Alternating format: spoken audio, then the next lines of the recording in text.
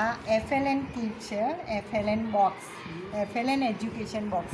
એની અંદર બધી વસ્તુ આવી છે. એ કેવી રીતે આપણે ઉપયોગ કરી શકીએ, છોકરાઓને કેવી રીતે સમજાવી શકીએ, એના વિશે હું આ વિડીયો બનાવું છું. 24 પોલિયોમિનો પઝલ. આમાં 24 અંકો આપેલા છે. એ આપણે આ મદદથી ગોઠવવાના છે.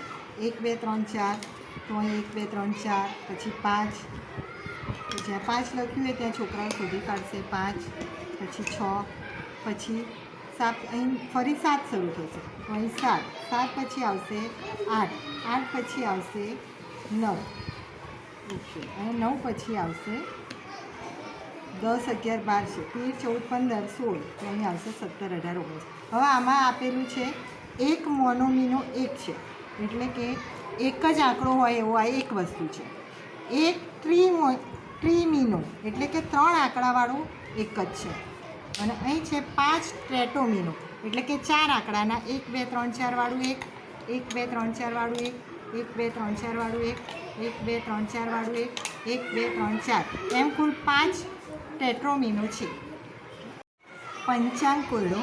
આમાં આપણે કેલેન્ડર જોવાનું, અને કેલેન્ડરમાં આજની તારીખ 19 છે, તો આપણે આને એ રીતે ગોઠવવાનું કે 19 થાય, પછી 19માં જગ્યા રહે, એ રીતે આપણે ગોઠવીશું.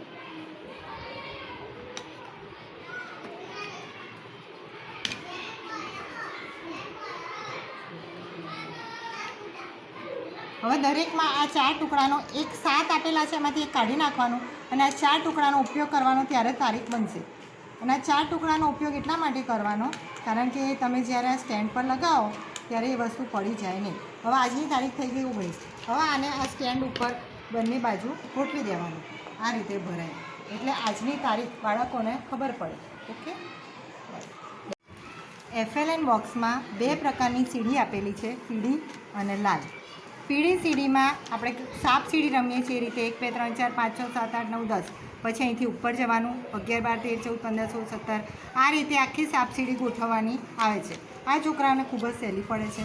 આમાં આપણે ગોઠવ્યા પછી આમ સાપ દોરી દઈએ અથવા સીડી દોરી દઈએ તો છોકરાઓ સાપ સીડી રમી શકે. હવે આ પઝલ છે, આમાં આ ત્રાસી સાપ સીડી છે. આમાં તમે કેવી રીતે કરી શકશો?